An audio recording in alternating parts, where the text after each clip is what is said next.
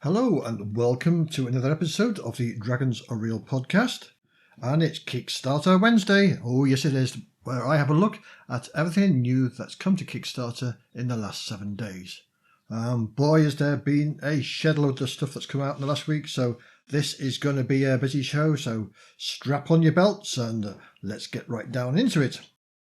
So first off, we've got Knockdown Dragout, a country noir tabletop role-playing game. Dark country roads, darker forest lands, crumbling factories and dying towns, bare-knuckle brawls and gunfights, mystery and danger.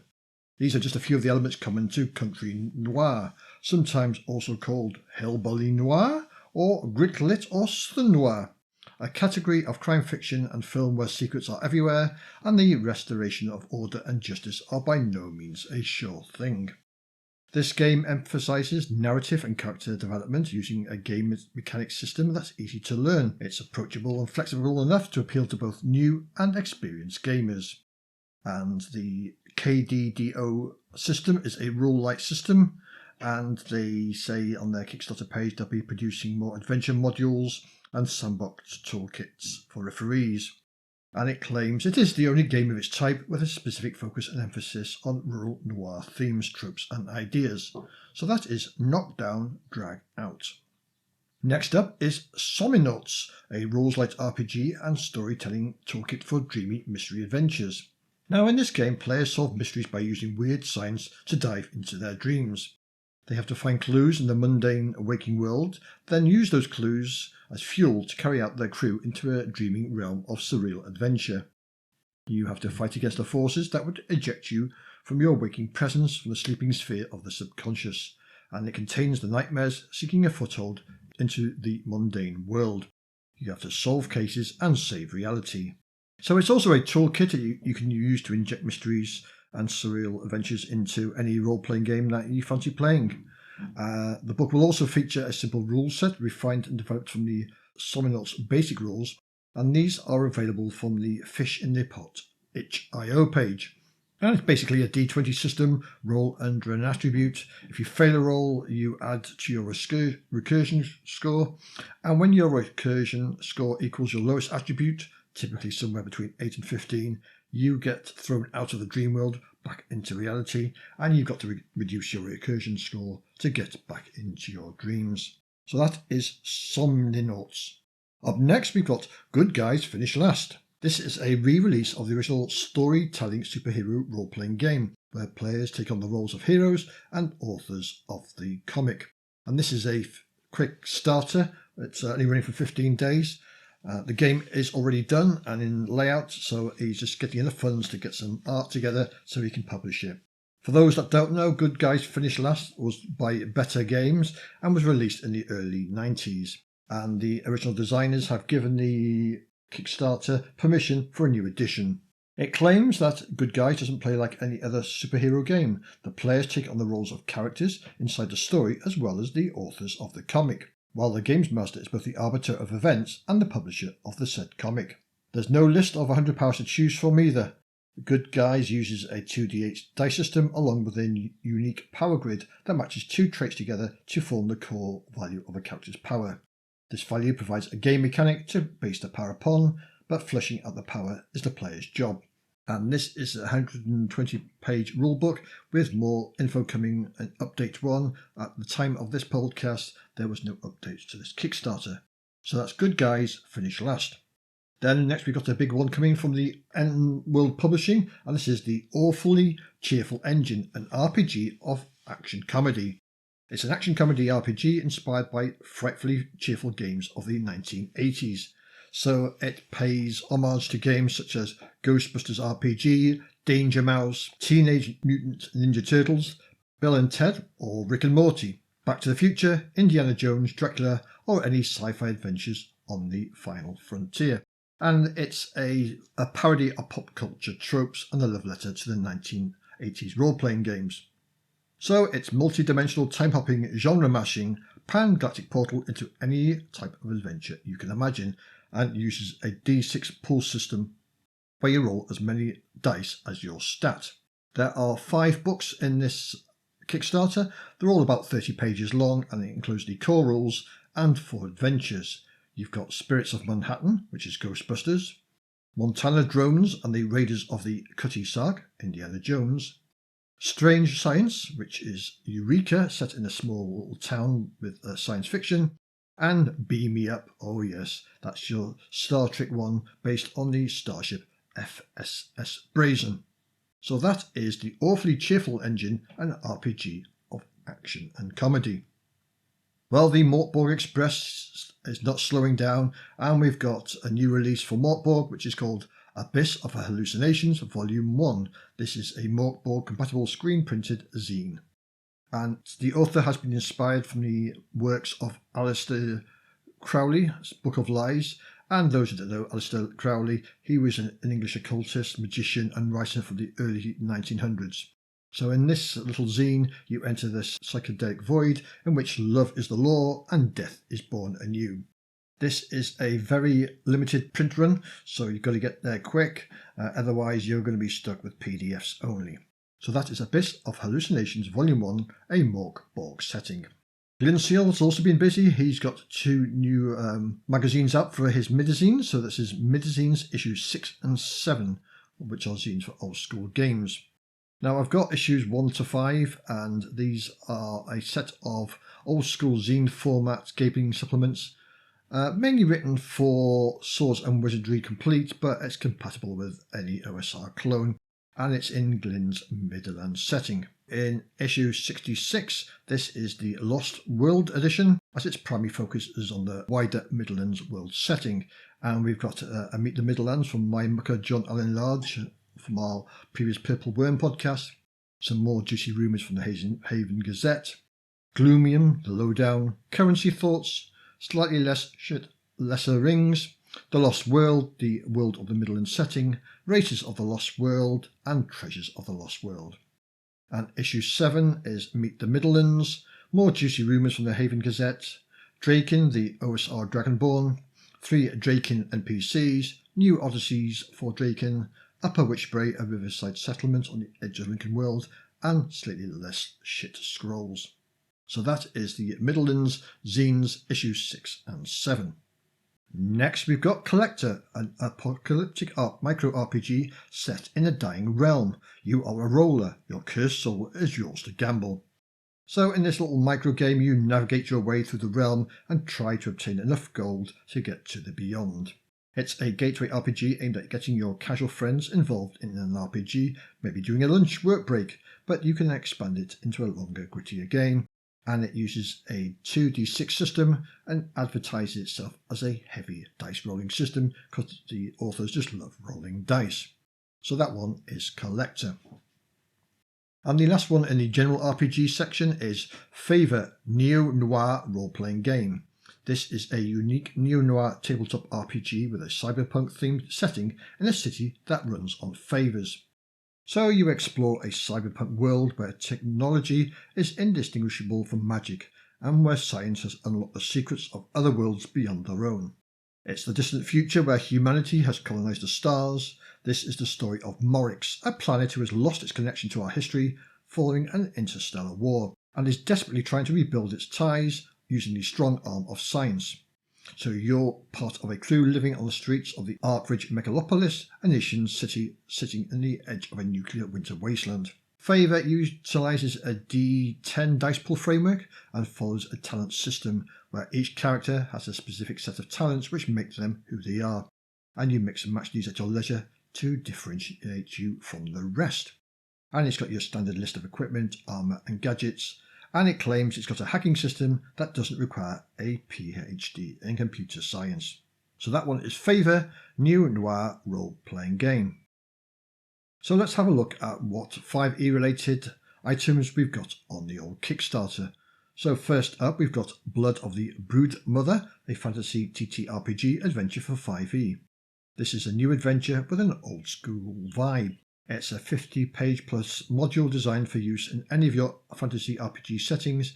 It's 4-part standalone adventure suitable for a well-rounded party of 4 to 6 player characters. The majority of the adventure is set in a remote jungle which can be dropped into any existing campaign. The Kickstarter is a bit thin on any other information at this time, so that's basically all the information I have on that one, which is Blood of the Broodmother. Next up is Red Sky 5e, a science fantasy conversion book and lore codex. It's a 5e conversion with new sentience, mechanics, monsters, and rich lore, all set inside a science fantasy world ship. The authors claim that it's as rich with lore and cultures set in the world of Dima. It's 5e compatible total conversion book set in this science fantasy world, and it's a classic era world on the inside of world ship. The book contains 6 new playable sentience, unique elemental alignments, enhanced social encounters, 100 pages of rich lore, 4 brand new classes and 2 familiar classes overhauled, and rare elder tech to collect, and dozens of new monsters to slay. So that is Red Sky 5e. Next up, we've got the Vaid Mechan for aspiring practitioners of wild magic. This is a supplement expanding on the wonders and weirdness of wild magic designed for 5e. So this brings in wild magic from 2nd edition D&D into a new audience and implements it in 5e. The Vaid Mechan for aspiring practitioners of wild magic introduces the concept of free casting and free casters, a new class, which gives them access to wild magic spells, wild magic items, subclass specific features, and it has got 600 plus new surge effects, 40 new spells, 10 new magic items, and 4 new subclasses. So that's Vaid Mechan for aspiring practitioners of wild magic. And I really need to get these false teeth fixed because that is a bit of a mouthful. Next up, we got Creos Guide to the Wildlands. This is a supplement for 5 EDMs filled with challenges and hazards for wilderness environments. And basically it catalogues an assortment of natural environments into an easy access chapters, each with inspirational imagery, detailed information on dozens of hazards, specific backgrounds and proficiencies for nature-focused characters, and still skilled challenges for overcoming the threats of the natural world. So on each of these pages you've got a narrative thread with inspirational suggestions for the GM to weave into the game, some suggested descriptions and wording you may use, some suggested play actions and how they may interact with the environment, and finally some mechanical resolutions with some DC numbers for you to roll against. So that's Creos Guide to the Wildlands. Next up, we've got Deep Magic Spell Cards for 5th edition. This is beautiful Deep Magic Spell Cards for a 5th edition game. And these are poker-sized playing cards, each printed with a complete spell information for 1 spell per card. And each individual spell deck has up to 385 spell cards for all the 5e classes. So your Arcane, your Bards, your Clerics, your Druids, your Paladins and your Rangers. Some of the decks have got lesser cards, for example, the Paladin has only got 60 cards. So you want to introduce some Deep Magic spell cards into your game? Then check out Deep Magic spell cards for 5th edition. Okay, next up we've got Carovia Victor. This is a Roman Empire themed sourcebook for 5e. In Carovia Victor, you tell about the realms of Amir, an epic fantasy sword and sorcery setting which has huge similarities with the Greco-Roman world and the Carovian Empire, a great power dominating large portions of the known realms, just like the Roman Empire did. The book covers both lore and game mechanics to give you substantial material for your games, and a great portion of the book is dedicated to the realms of Amir, the history of the world, the kingdoms, and the empires that rule over the lands, and the majority of cultures and the pantheons of the setting. It also adds new classes and archetypes fitting the setting. So if you want a bit of a Roman Empire themed sourcebook for your 5e game, then check out Carovia Victor. And the last one in the 5e category is Fenards Vaults, a D&D 5e treasure hunt. This is a race for treasure. The heroes obtain a map to the resting place of Thane-Gore, and it's an adventure for 2nd to 4th level characters. So in this adventure, you've got to obtain a treasure map and find the resting place of Thane-Gore, an ancient dwarf champion. The sealed vault served as the homestead and fortress of the Gore clan. The adventures, though, aren't the only ones with a copy of the map, and you must race several treasure hunting groups to the Dwarven Hall. Unfortunately, the Thane's Vault is inhabited by the undead dwarves, who once called it home. So that is Thane-Gore's Vault, a D&D 5e treasure hunt. So next up, let's have a look at some of the accessories for our tabletop games. We start off with Larby Giants. That's right, Larby Giants. This is 3D printable giants, Ents and more, and is multiple collections of 3D printable STL files comprised of monstrous giants, Ents, golems, villages and terrain, and it's been divided into 3 tiers. Tier 1 contains your monstrous giants, Tier 2 is your towering Ents and the golem, and Tier 3 is the defined peasant mob plus fortifications. And as it suggests, these models in all these tiers are monstrous in scale and intricately detailed. How monstrous, you ask? Well, not your normal 28 or 30mm figures. These are 130mm to 160mm tall figures. So check out their webpage for There Be Giants and have a look at some of the great renderings of the STL files if this really interests you. Next up, we've got the Story Engine Deck of Worlds. This is a deck of world-building prompts for creating imagined lands, local lore, and story-driven maps for creative writing and tabletop games. And this is a set of 225 cards for creating imagined lands, local lore, and story-driven world maps. The deck features 6 simple card types that work together to create complex settings with a meaningful past, present, and future, with trillions of potential combinations and open-ended scalability. It reckons you can build anything from a city full of unique districts and landmarks to a sprawling land of diverse terrain types, ecosystems, cultures, and civilizations. This deck can also be combined with the author's previous original story deck engine, which was a 180 card deck for Kickstarter released last year to aid players and GMs with storytelling prompts. So that is the Story Engine Deck of Worlds. Next we've got Dungeon Fantasy. This is Modular Printable Terrains STLs. And this is a modular ruin pack and nature pack. And it consists of 2 large packs, one of mostly modular ruins and another of nature, which contains mostly rocks and trees.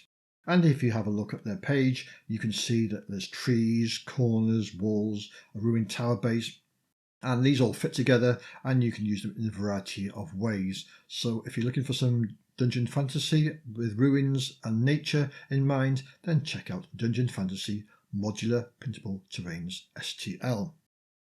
And finally, we have Meanders 5 Battle Maps Sewers.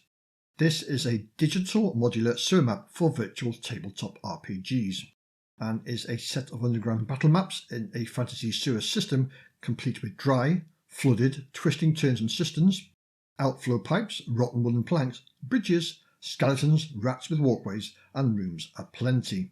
Now, in this range of battle maps, there are already 1800 plus maps in the range, and this full sewer system layout can be added to it, and this will feature 18 core maps and additional variants with extra features. So if you want some sewer battle maps for your tabletop RPGs, then check out Meanders 5 Battle Maps Sewers. And I thought that was last, but no, I found one more. Just before we go, there's one more little one to sneak in, and this is Epics and Stuffs the Turtles. This is pre-supported STL files and physical resin 3D printed models. And this is 25 titles. Why do I have to say it in a New York accent? I don't know, but 25 titles in various poses for the turtle class of 5e. And again, check out their webpage, their Kickstarter webpage, for some images if this thing tickles your fancy. So that's Epics and Stuffs the Turtles, or Turtles. And that is definitely the last one this time. So I hope you enjoyed this one, and I hope you find something in there you like, and go and check out the Kickstarter pages of anything you fancy, and throw them a few bucks and support these authors and these Kickstarters.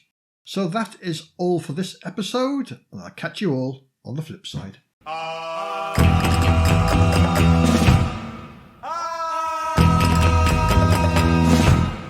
You've been listening to the Dragons Are Real podcast. For more information, check out the website at petejones.neocities.org. The blog is dragonsarerealpodcast.tumblr.com. We are also on YouTube, Facebook and other platforms. If you want to get in touch, you can send me a voicemail via the Anchor app at anchor.fm/dragonsarereal, or you can send me an email at dragonsarerealpodcast@pm.me.